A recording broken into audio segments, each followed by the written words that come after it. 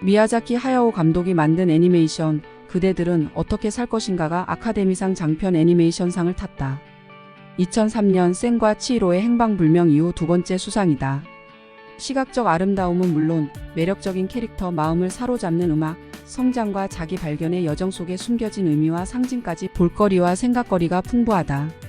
주인공인 11살 소년 마이토는 제2차 세계대전 중에 화재로 어머니를 잃는다. 이모와 재혼한 아버지와 함께 어머니의 고향에서 살게 된 마이토는 인간의 말을 하고 샘과 사이 세계를 넘나드는 외가리 남자의 도움으로 지하 세계의 어머니를 만난다.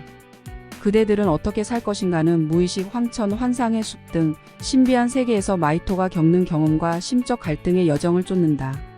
지금까지 미야자키 감독은 애니메이션이라는 현대 기술의 마법을 이용해 자신의 어머니를 반복적으로 되살려왔다. 그의 어머니는 애니메이션 작품마다 다른 캐릭터로 부활한다.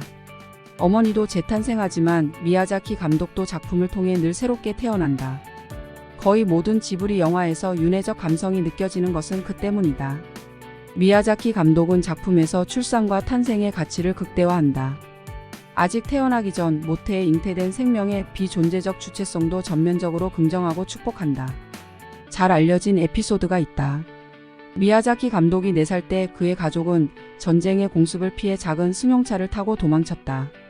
어떤 여자가 와서 태워달라고 애원했지만 미야자키 가족은 그녀를 외면했다. 그녀는 여자아이를 안고 있었다. 미야자키 자신도 확실한 기억은 아니라고 했으니 사실 여부는 알 수 없다. 그러나 전쟁 중에 겪은 수많은 트라우마는 그가 작품을 만드는 원체험으로 자리 잡았다. 미야자키 감독은 자신의 모성적 욕망과 어릴 적 겪은 원체험을 다양한 방식으로 충실하게 작품화했다. 작품마다 생명과 전쟁이 상징적 요소로 녹아있는 이유다. 바로 여기에 그대들은 어떻게 살 것인가의 대답이 숨어 있다. 대중과 시대에 영합하지 않고 자신이 옳다고 믿는 신념을 오로지 자신만이 가능한 방법으로 밀어붙이는 용기와 힘이다. 너희는 어떻게 살 것인가의 대답은 스토리라인에 있는 것이 아니라 미야자키 감독이 자신의 믿음을 작품화하는 과정에 있다.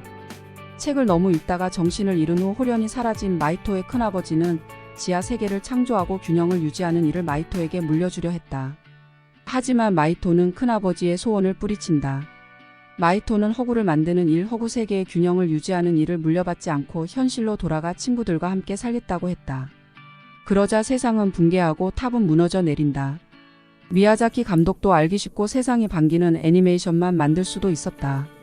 하지만 그는 항상 현실의 고민과 모순을 어떻게든 애니메이션에 담았다. 고집불통 늙은이라고 불려도 상관하지 않았다. 그의 작품이 명작인 이유는 그의 몸과 마음이 허구의 탑이 아닌 현실 속에 단단히 뿌리내리고 있기 때문이다. 애니메이션 그대들은 어떻게 살 것인가는 요시노 겐자부로의 소설 그대들은 어떻게 살 것인가라는 원작을 바탕으로 만들어졌다. 원작이라고는 하지만 줄거리는 전혀 다르다. 각각 독자적인 세계관을 보여주지만 본질적으로는 같은 질문을 던진다. 원작의 경우 소년과 삼촌의 교환 일기를 통해 소년이 사회와 삶의 의미를 고민하며 인간적으로 성장해가는 과정을 그렸다. 일본이 군국주의로 물들어가던 1937년에 출판되었으나 놀라울 정도로 자유주의적인 내용이다. 중요한 것은 세상의 눈이 아니다. 인간의 존귀함이 어디에 있는지 내 영혼으로 알아내야 한다. 마음속 깊이 훌륭한 사람이 되고 싶다는 생각을 가져야 한다.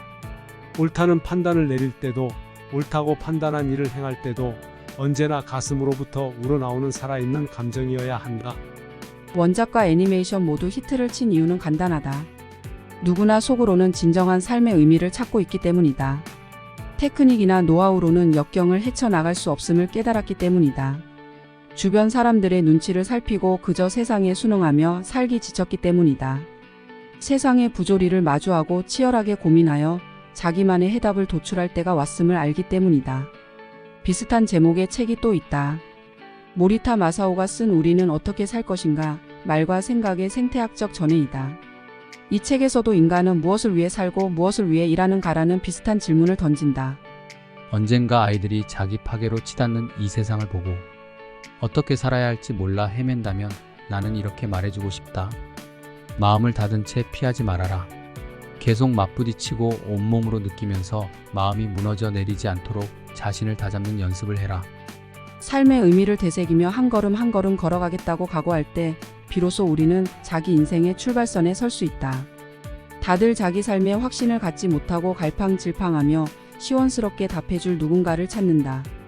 잠시라도 고통에서 벗어나기 위해 도파민 중독에 빠진다. 스마트폰처럼 업그레이드 팝업이 저절로 떠주면 좋으련만 삶에는 통하지 않는다. 시행착오를 겪더라도 스스로 갈 길을 찾는 수밖에 없다. 엎어지고 깨지면서 매일 새롭게 태어나야 한다. 상처투성이 인생이 진짜다.